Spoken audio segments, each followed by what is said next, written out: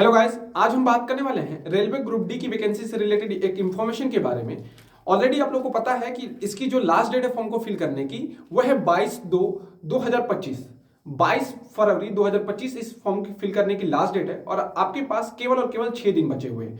तो अभी भी जो बच्चे अप्लाई नहीं किए फॉर्म को, वो किस जोन से फॉर्म को अप्लाई करें, कौन सा जोन सबसे सेफ है अभी तक, और कौन से बच्चों को उस जोन में अप्लाई करना चाहिए जिस जोन में वैकेंसी या ऐसे कह सकते हैं कि कंपटीशन कम रहने वाला। तो इस वीडियो में हम यही समझने वाले हैं कि सबसे सेफ जोन कौन सा रहने वाला है और कहां से आपको फॉर्म अप्लाई करना चाहिए। तो इस वीडियो में अंत तक बने रहिएगा। फॉर्म किस जगह कितना फिल हुआ है वो सारी बातों को हम डिटेल में बात करेंगे इस वीडियो में। तो चलिए शुरू करते हैं इस वीडियो को। अगर मैं बात करूं इस वैकेंसी के बारे में, तो रेलवे ग्रुप डी की वैकेंसी ऑलरेडी निकल के आई हुई थी और इसमें हम बात करेंगे सबसे सेफ जोन कौन सा है, डेंजर जोन कौन सा है, कहां से फॉर्म आपको भरना चाहिए, और डेंजर जोन कौन सा है तो फॉर्म कहां से आपको प्रेफरेंस नहीं देना चाहिए जोन वाइज। तो सबसे बड़ी चीज यहाँ पे जो दी गई है वो है रेलवे ग्रुप डी की टोटल जो पोस्ट थी वो 32,438 रखी गई है।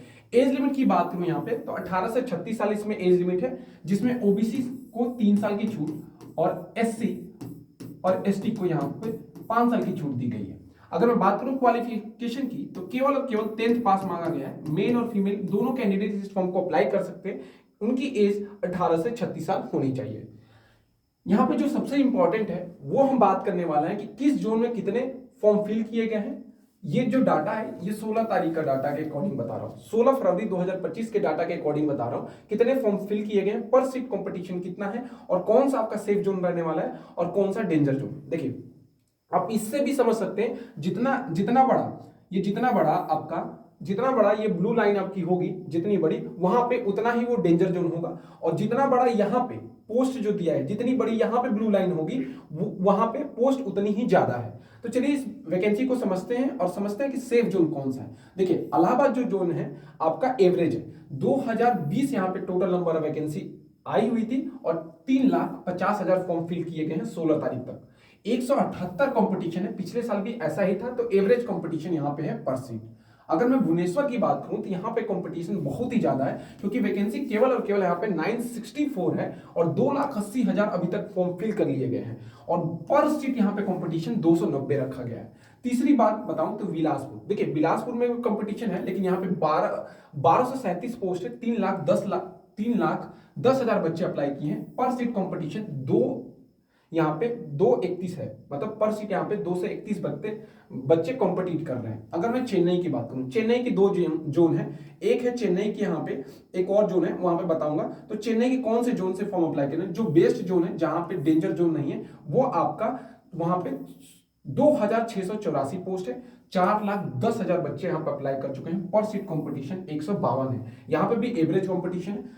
अब सबसे जो कम कंपटीशन है, जो मेनली जो है वो है मुंबई का वेस्टर्न रेलवे और दिल्ली। ये सबसे आपका यहाँ पे सेफ जोन है। एक दिल्ली सबसे आपका सेफ जोन है, दूसरा है वेस्टर्न रेलवे। कैसे? यहां पे देखिए, वैकेंसी 4,785 आई है, 5,60,000 बच्चे फॉर्म अप्लाई किए और 119 पर सीट कंपटीशन है। पर सीट 119 कंपटीशन है। इस पूरे रो में सबसे कंपटीशन एक यहाँ पे लो है, और दूसरा है मुंबई का वेस्टर्न रेलवे, जहां पे 4,672 वैकेंसी है। पोस्ट इतने आए हुए हैं, वैकेंसी भी ज्यादा है, और पर सीट कंपटीशन यहाँ पे 99 अभी है। 99 है, मतलब एक सीट के लिए 99 बच्चे कॉम्पिटिट कर रहे हैं। और सबसे ज्यादा जो डेंजर जोन है वो है आपकी हुबली जो है सबसे डेंजर जोन है। 503 सबसे कम वैकेंसी भी, देखिए यहाँ पे ब्लू जोन सबसे कम वैकेंसी भी है, और यहाँ पे पर सीट कंपटीशन 377 है, मतलब एक बच्चे पे 377 बच्चे यहाँ पे कॉम्पिटिट कर रहे हैं। दूसरा जो यहाँ पे सबसे डेंजर जोन है वो है आपका भुवनेश्वर। मैं ऑलरेडी बता चुका हूं यहाँ पे कि 290 यहाँ पे पर सीट बच्चे कॉम्पिटिट कर रहे हैं। तीसरा जो यहाँ पे डेंजर जोन है वो कोलकाता का साउथ ईस्टर्न रेलवे यहाँ पे 1,044 वैकेंसी आई है, 2,70,000 बच्चे अप्लाई किए हैं फॉर्म, और 258 पर सीट कंपटीशन है। तो अगर मैं यहाँ पे सेफ जोन बात करूं, सबसे सेफ तो वो है आपका मुंबई का वेस्टर्न रेलवे और दिल्ली ये सबसे बेस्ट यहाँ पे जोन है जहां से आप फॉर्म अप्लाई कर सकते हैं। तीसरा अगर मैं बात करूं तो मुंबई का सेंट्रल रेलवे। तो यहाँ पे अगर सबसे सेफ जोन की बात करूं, यहाँ पे सेफ जोन कौन सा है आपका सेफ जोन, जहां से अभी जो 5 दिन बचे हुए हैं, 6 दिन बचे हुए हैं, तो कहां से फॉर्म को अप्लाई करें। सबसे पहले आपको मुंबई का अगर आपको डालना है जो जोन आपको अप्लाई करना है, अगर चाहते हैं तो मुंबई का वेस्टर्न रेलवे अप्लाई कर सकते हैं। उसके बाद अगर यहाँ पे कंपटीशन देखूं दूसरा, तो वो है दिल्ली। दिल्ली में कंपटीशन दूसरे नंबर पे सबसे यहाँ पे क्या है, कंपटीशन सबसे लो रखा गया।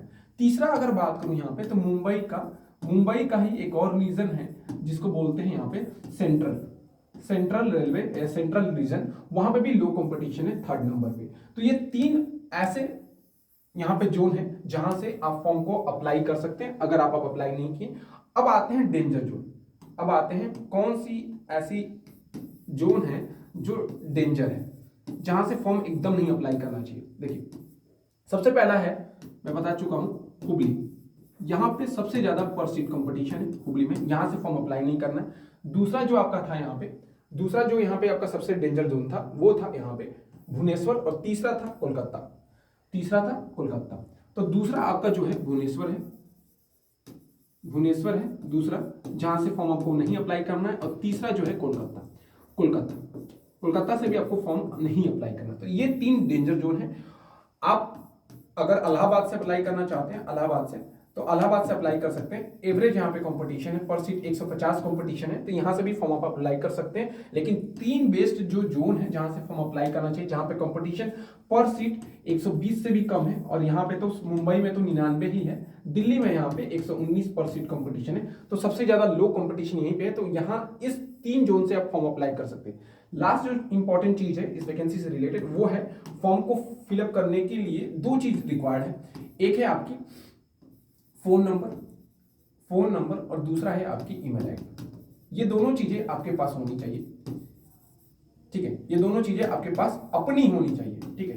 क्योंकि कोई भी अगर नोटिस जारी किया जाएगा, तो मेल के थ्रू या नंबर के थ्रू आपको इन्फॉर्म किया जाएगा, ठीक है।